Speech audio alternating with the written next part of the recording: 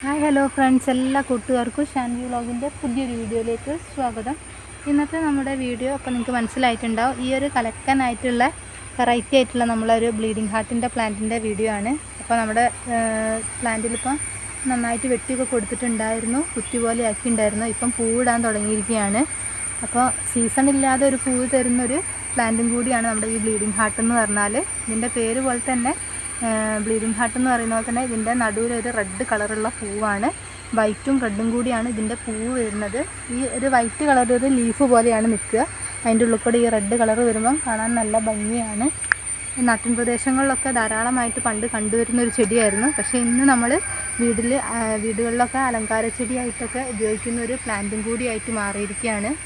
ഈ ഒരു ചെടിയുടെ പ്രത്യേകത എന്ന് പറഞ്ഞാൽ നമുക്ക് എങ്ങനെ വേണമെങ്കിലും വളർത്തിയെടുക്കുക എന്നുള്ളതാണ്. ഇതുപോലെ ചെടിയിൽ ഒരു ക്ലൈമ്പിംഗ് പ്ലാന്റ് ആയിട്ടും അതുപോലെ തന്നെ നമുക്ക് പോട്ടിൽ നല്ല കുറ്റി പോലെ ആയിട്ടൊക്കെ വളർത്താൻ പറ്റുന്നതാണ്. ഇതിപ്പം നമ്മളൊരു സ്റ്റിക്ക്, വലിയൊരു കമ്പ് ഉപയോഗിച്ചിട്ട് അതിൽ സപ്പോർട്ട് ചെയ്തിട്ട് ഇതിന് വള്ളി പോലെ പടർത്തി കൊടുത്തതാണ്.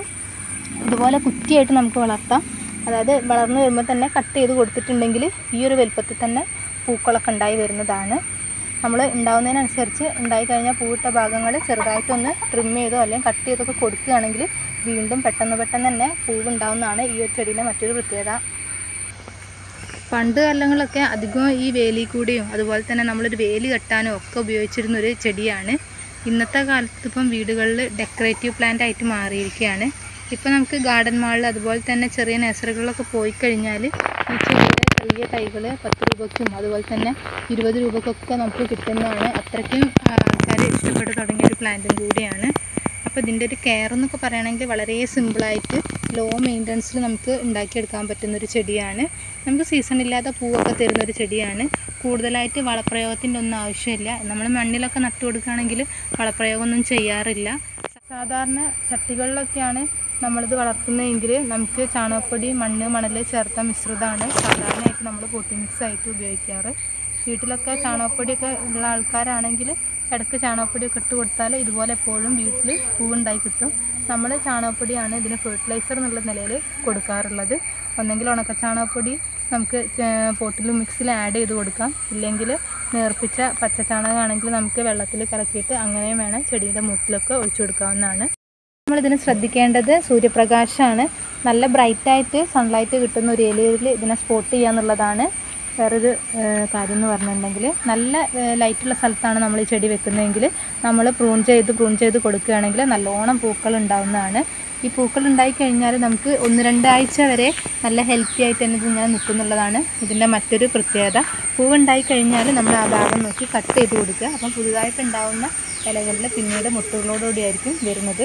അതുപോലെ തന്നെ ഇതിങ്ങനെ ഒരു ക്ലൈമ്പിംഗ് പ്ലാന്റ് ആയതുകൊണ്ട് തന്നെ നമുക്ക് കട്ട് ചെയ്യാതെ നിർത്തുകയാണെങ്കിൽ ഒരു കുറ്റി ഉപയോഗിച്ചിട്ടൊക്കെ സപ്പോർട്ട് കൊടുത്തിട്ടുണ്ടെങ്കിൽ നന്നായിട്ട് പടർന്നു കയറുന്ന ഒരു ചെടി കൂടിയാണ് ഈ ബ്ലീഡിങ് ഹാർട്ട് എന്ന് പറയുന്നത്. നല്ല ബ്രൈറ്റായിട്ടുള്ള സൺലൈറ്റിലാണ് ഈ ചെടി നമ്മൾ പ്ലേസ് ചെയ്തിട്ടുണ്ടെങ്കിൽ അത്യാവശ്യം വെള്ളമൊക്കെ ഒഴിച്ചു കൊടുക്കേണ്ടതാണ്. വേനൽക്കാലത്തൊക്കെ നല്ല രീതിയിൽ വെള്ളം ഒഴിച്ചു കൊടുക്കണം. പിന്നെ മഴക്കാലത്താകുമ്പം വെള്ളം കിട്ടുന്നതുകൊണ്ട് നമ്മൾ ഒഴിച്ചു കൊടുക്കേണ്ട ആവശ്യമൊന്നുമില്ല. വെള്ളം കൂടുതലായി പോയാലും ചീഞ്ഞൊന്നും പോകാത്ത ഒരു ചെടി കൂടിയാണ്. മാക്സിമം നമ്മൾ ഈ ഒരു മുറ്റത്ത് നട്ടു കൊടുക്കുന്നതാണ് ഈ ചെടിക്ക് ഏറ്റവും നല്ലത്. ചട്ടിയിലൊക്കെ ആണെങ്കിൽ നമ്മൾ കട്ട് ചെയ്ത് നിർത്തുന്നതായിരിക്കും കൂടുതൽ ഭംഗി.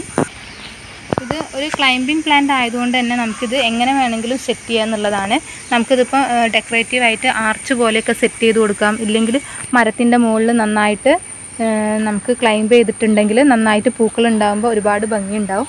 ഒരുപാട് തൈകൾ അതുപോലെ തന്നെ പെട്ടെന്ന് തന്നെ ലീഫുകളൊക്കെ വരുന്നൊരു ചെടിയാണ് ഈ ഒരു ബ്ലീഡിങ് ഹാർട്ട് എന്ന് പറഞ്ഞിട്ടുണ്ടെങ്കിൽ. നമ്മുടെ ഗാർഡനിൽ ഏത് സമയവും പൂക്കൾ കൊണ്ട് നിറയ്ക്കാൻ പറ്റിയ ഒരു പ്ലാന്റും കൂടിയാണ്. അപ്പോൾ ഇതൊക്കെയാണ് നമ്മുടെ ബ്ലീഡിങ് ഹാർട്ടിൻ്റെ വിശേഷങ്ങൾ. അപ്പം നിങ്ങൾക്ക് ഈ വീഡിയോ ഇഷ്ടപ്പെട്ടിട്ടുണ്ടെങ്കിൽ ലൈക്ക് ചെയ്യുക. ഇത് മേടിക്കാനൊക്കെ താല്പര്യമുള്ളതാണെങ്കിൽ നിങ്ങൾ അടുത്തുള്ള നഴ്സറികളിലൊക്കെ ചെന്ന് കഴിഞ്ഞാൽ ബ്ലീഡിങ് ഹാർട്ട് എന്ന് പറഞ്ഞു കഴിഞ്ഞാൽ അവർ ചെറിയ തൈകളൊക്കെ ഉണ്ടെങ്കിൽ നമുക്ക് മേടിച്ചെടുക്കാവുന്നതാണ്. അപ്പം ഇന്നത്തെ വീഡിയോ കൂട്ടുകാർക്കൊക്കെ ഇഷ്ടമായെന്ന് വിചാരിക്കുന്നു. ഇഷ്ടപ്പെട്ടാൽ നമ്മളെ വീഡിയോസൊക്കെ ഒന്ന് ലൈക്ക് ചെയ്യുക. ഇതുപോലുള്ള ചെടിയുടെ വിശേഷങ്ങളൊക്കെ ആയിട്ട് ഇനി നമ്മൾ വരുന്നതായിരിക്കും. അതുവരെ എല്ലാ കൂട്ടുകാർക്കും ബൈ.